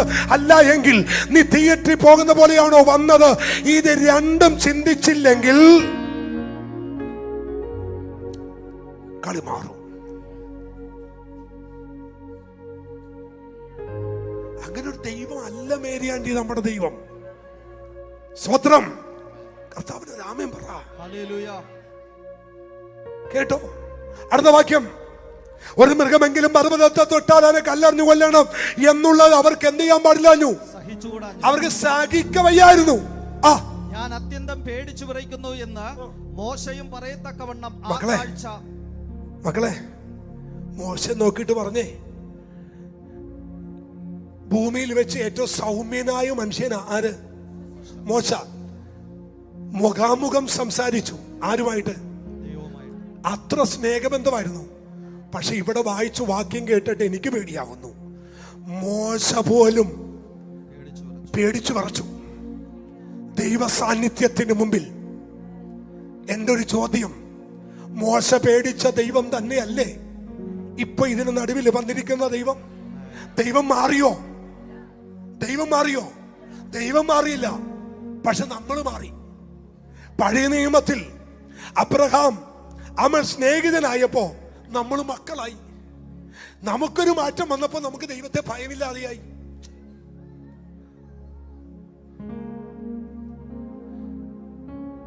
കൈകൂപ്പിക്കൊണ്ട് പറയുക, സ്തോത്രം. കാലം ഇനി ഒത്തിരി മുന്നോട്ടില്ല, സമയം ഇനി ഒത്തിരി പോകത്തില്ല. ഞങ്ങളെ വചനം പഠിപ്പിച്ച കുര്യാക്കോസ് സാറ് പറയുന്നത്, എന്നും പറയുന്നത് ഇന്നിവിടെ ആവർത്തിക്കുന്നു. ഒന്നെങ്കിൽ നിന്റെ മരണം, അല്ലെങ്കിൽ കർത്താവിന്റെ വരവ്. ഇത് രണ്ടും എപ്പോ വേണേലും സംഭവിക്കാം. ആരോഗ്യമുള്ള, കഴിഞ്ഞ ദിവസം ഒരാൾ പറഞ്ഞു, പാസേ എന്റെ ഭർത്താവിന് ഒരു പ്രഷറില്ല, ഷുഗറില്ല, കൊളസ്ട്രോൾ ഇല്ല, ഒന്നുമില്ല. പക്ഷെ നിന്നിപ്പോ ഉരുണ്ടി വീണ് തട്ടിപ്പോയി. പക്ഷെ ECG എടുത്തിട്ട് പോലും ഒരു വേരിയേഷൻ പോലും ഇല്ല. ആരോഗ്യ ദൃഢഗാത്രനായ മനുഷ്യരൊക്കെ ആമേൻ എന്താ പറയുന്നേ, ഈ ബലം പൊട്ടുന്ന പോലെ പൊട്ടിക്കൊണ്ടിരിക്കുന്നു. ഇടം ബലം നോക്കുമ്പോ കാണുന്നിടത്ത് അവിടെ പൊട്ടുന്നു, ഇവിടെ പൊട്ടുന്നു.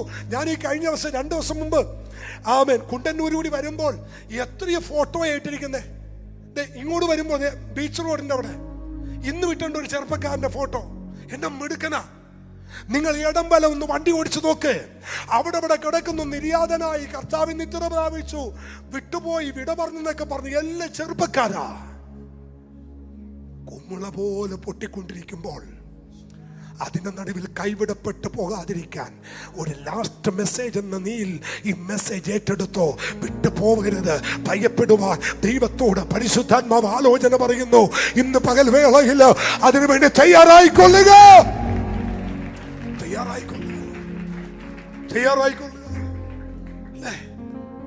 നമ്മളീ പലർക്കും 2ാം ജന്മല്ലേ? നമ്മളീ പലർക്കും 2ാം ജന്മല്ലേ? സ്വത്രം. അത്യന്തം എന്ത് ചെയ്തു? പേടിച്ചു വിറയ്ക്കുന്നു. മോശ പോലും ദൈവത്തിന്റെ സന്നിധിയിൽ പേടിച്ച്. മക്കളെ, നമ്മൾ അവിടെയാ വന്നിരിക്കുന്നു. കുഞ്ഞുങ്ങളെ, എനിക്കിത് എങ്ങനെ നിങ്ങളുടെ അകത്തോട്ടൊന്ന് ഇട്ട് തരണമെന്ന് എനിക്ക് അതിനുവേണ്ടി ഞാൻ ബന്ധപ്പെടുന്നേ. മക്കളെ, നമ്മൾ വന്നിരിക്കുന്നത് ആ തമ്പുരാന്റെ അടുത്താ. മോശ പോലും ആ കാഴ്ച കണ്ടിട്ട് എന്ത് ചെയ്തു? പേടിച്ചു വിറച്ചു. എന്നിട്ട് എന്ത് ചെയ്തു? എന്ന് മോശയും പറയത്തക്കവണ്ണം ആ കാഴ്ച ഭയങ്കരമായിരുന്നു. ആ കാഴ്ച എന്തായിരുന്നു? പർവ്വതത്തിൽ ദൈവം ഇറങ്ങുന്ന കാഴ്ച ഭയങ്കരമായിരുന്നു. ഇനി നമ്മൾ വന്നിരിക്കുന്ന സ്ഥലം എവിടെയാ? അതുകൂടി വായിച്ചിട്ട് മാഷ അടച്ചോ, വായിച്ചേ താഴ്ത്തോട്ട്. അടുത്തത് പിന്നെയോ സിയോൻ പർവ്വതത്തിനും, അവിടം തൊട്ടൊന്ന് കുറിച്ചിട്ടോ, പിന്നെയോ സിയോൻ പർവ്വതത്തിനും ജീവനുള്ള ദൈവത്തിന് നഗരമായ സ്വർഗീയ യെരൂശലേമിനും അനേകായിരം ദൂതന്മാരുടെ സർവസംഘത്തിനും സ്വർഗത്തിൽ പേരെഴുതിയിരിക്കുന്ന ആദ്യജാതന്മാരുടെ സഭയ്ക്കും എല്ലാവരുടെയും ദൈവമായ ന്യായാധിപതിക്കും സിദ്ധന്മാരായ നീതിമാന്മാരുടെ ആത്മാക്കൾക്കും പുതു നിയമത്തിന്റെ മധ്യസ്ഥനായ യേശുവിനും ഹാബേലിന്റെ രക്തത്തെക്കാൾ ഗുണകരമായി സംസാരിക്കുന്ന പുണ്യക രക്തത്തിനും അടുക്കലത്രേ നമ്മൾ വന്നിരിക്കുന്നത്. ഇവിടെയാ, ഒരു പർവ്വതത്തിനടുത്തല്ല, യേശുവിന്റെ രക്തത്തിനടുത്ത്. ഒന്ന് പറഞ്ഞേ, നമ്മൾ എവിടെയാ വന്നിരിക്കുന്നേ? ഒരു പർവ്വതത്തിനടുത്തല്ല. പറ, ഒരു പർവ്വതത്തിനടുത്ത് വന്നവൻ ഇത്രയും വിറച്ചെങ്കിൽ എനിക്കും നിങ്ങൾക്കും വേണ്ടി ചൊരിയപ്പെട്ട യേശുവിന്റെ രക്തത്തിനടുത്ത് വന്ന നമ്മൾ എത്ര ഭയപ്പെടണം?